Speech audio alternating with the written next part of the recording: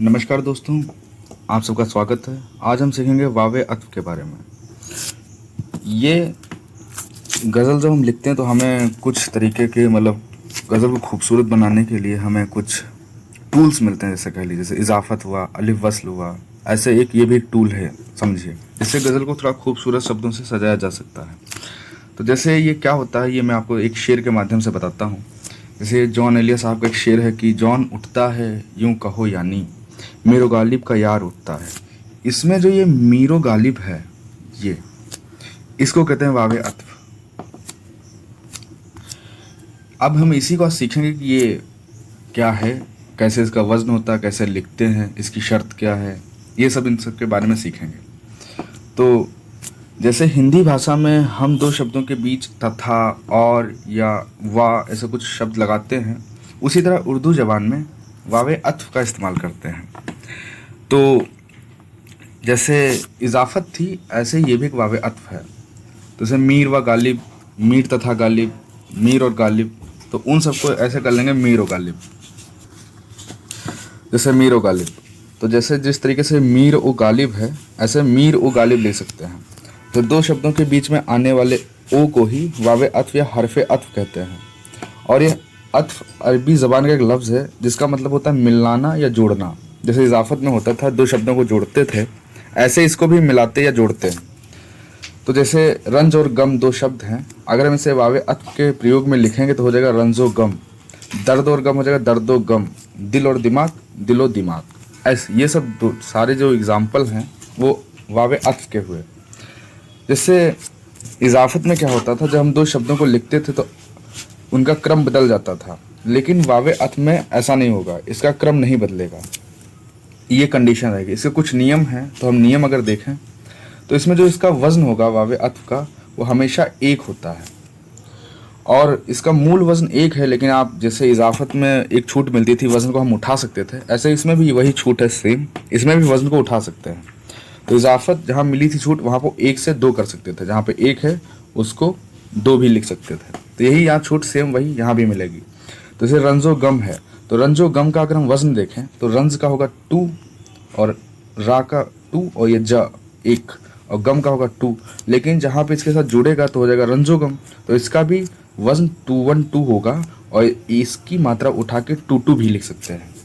ये इसका वजन हो जाएगा, ये भी वजन होगा, ये भी वजन, जहाँ पे जैसी ज़रूरत हो वजन की आप वैसे लिख सकते हैं रंजो गम को। दूसरा एग्जाम्पल जैसे गुल ओ मेहताब, तो गुल का हो जाएगा यहाँ पे, जैसे हमने उसमें लिखा था लबे खुश्क, लबे खुश्क, गमे दिल, जैसे वहाँ इजाफत में था तो वहाँ पे क्या था, जब कंडीशन लगती थी, अगर दो व्यंजन हैं, मतलब एक कोई शब्द जो दो अलग अलग व्यंजन से मिलकर बना हुआ है और कोई उसमें कॉम्प्लेक्स वर्ड नहीं है, तो उसमें जब इजाफत लगाते थे तो उसे 1-1 काउंट करते थे। ऐसे सेम ही जब इसमें गुलो मेहताब हो जाएगा तो इसका वजन स्टार्टिंग में तो 2 था, तो इसके साथ जब जुड़ेगा तो गुलो मेहताब हो जाएगा, तो इसका वजन क्या लेंगे 1-1, तो इसीलिए इसका वजन आया 1-1 और मेहताब का हो जाएगा 2-2-1। लेकिन यहाँ पे वावे अत्व लगा, इसका वजन उठा के 2 भी कर सकते हैं, तो इसका वजन ये भी होगा, ये भी होगा। जिस अकॉर्डिंग आपको जिसकी ज़रूरत हो उस वजन का आप यूज़ कर सकते हैं इस शब्द के लिए। इसका दूसरा एग्जाम्पल है सुबह शाम।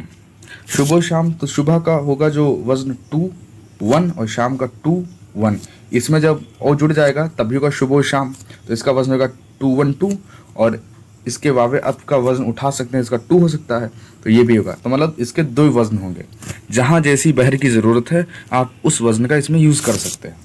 छूट है, मतलब यहाँ पे वह मात्रा उठा दी गई है। अगर आपको पता नहीं है मात्रा कैसे काउंट करते हैं, वजन कैसे काउंट करते हैं, तो मैंने उसके 2 वीडियोस बनाए, एक मात्रा मतलब वजन कैसे काउंट करते हैं और एक मात्रा कैसे गिराते हैं। आप वो दोनों देख लीजिए, थोड़ा समझ में आएगा। आपने देख रखा तो अच्छी बात है। इसका जैसे अब मैं इसके कुछ नियम और हैं, जैसे जब वावे अत्व लिखेंगे तो दोनों शब्द एक ही ज़बान के होने चाहिए। मतलब उर्दू में एक उर्दू और दूसरी ज़बान के शब्द में वावे अत्व नहीं लगाया जा सकता, एक फ़ारसी और दूसरी ज़बान के शब्द में वावे अत्व नहीं लगा। अगर मान लीजिए दोनों वर्ड अरबी अरबी होने चाहिए या फ़ारसी फ़ारसी होने चाहिए, ये नहीं कि एक अरबी का एक फ़ारसी का है।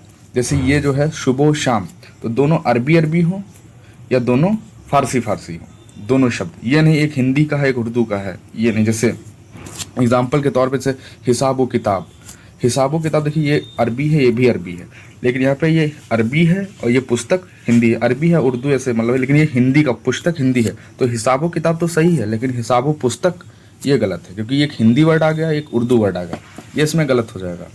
जैसे दूसरा एक एग्जाम्पल देखें तो सुबह शाम, तो ये दोनों उर्दू शब्द है, लेकिन सुबह संध्या, संध्या का हिंदी वर्ड होगा, तो ये रॉन्ग होगा, ये सही होगा। ऐसे अगर हम दूसरा इसका जो नियम है, अगर दो लफ्ज़ों में से पहले लफ्ज़ का आखिरी हर्फ दीर्घ है तो वावे अत्व को अलग से लघु मात्रा गिना जाएगा। जैसे और उसमें आखिरी लफ्ज़ में हर्फ नहीं जोड़ते हैं, ये अलग है, मतलब उसका अलग से काउंट करें। जैसे मतलब कोई कॉम्प्लेक्स जैसे गम था, तो ये अलग अलग वोवेल से मतलब अलग अलग व्यंजन से मिला था, तो इसका वजन पूरा 2 था।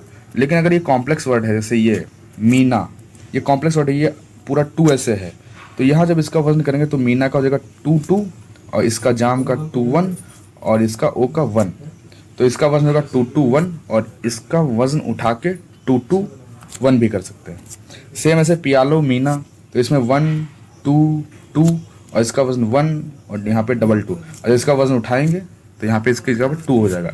सेम ऐसे तो हमें ये छूट मिली, जहाँ पे जिसकी ज़रूरत है ये वजन यूज़ करेंगे, जहाँ पे जिसकी ज़रूरत है ये वजन, बाहर के अकॉर्डिंग जिसकी ज़रूरत है वैसे करेंगे। और इसका जब इस्तेमाल करने से कोई भी इजाफत हो या वावे अत्फ है तो 3 से ज़्यादा बार इस्तेमाल करने पे इसको दोष माना गया है। तो आप 3 से ज़्यादा इस्तेमाल करें, 1 बार 2 बार 3 से ज़्यादा नहीं, ज़्यादा ज़्यादा 1-2 बार काफ़ी रहता है। जैसे कि इसमें मिर्ज़ा गालिब साहब का ये शेर है, इसमें देखिए 3 बार वावे अत्फ का यूज़ किया गया है, 3 से ज़्यादा पे दोष माना जाता है, तो आप 1-2 बार करिए ठीक रहेगा। ऐसे कि और ये नज़ीर अकबराबादी का शेर, नज़ीर अकबराबादी का शेर है, इसमें देखिए एक और यहाँ पे इजाफत और वावे अत्फ दोनों का यूज़ किया गया है। यहाँ पे देखिए ये इजाफत है और ये वावे अत्फ है, तो ये बहुत अच्छा खूबसूरत है। अगर कोई प्रॉब्लम है तो आप कमेंट में पूछ सकते हैं। तब तक के लिए धन्यवाद, शुक्रिया।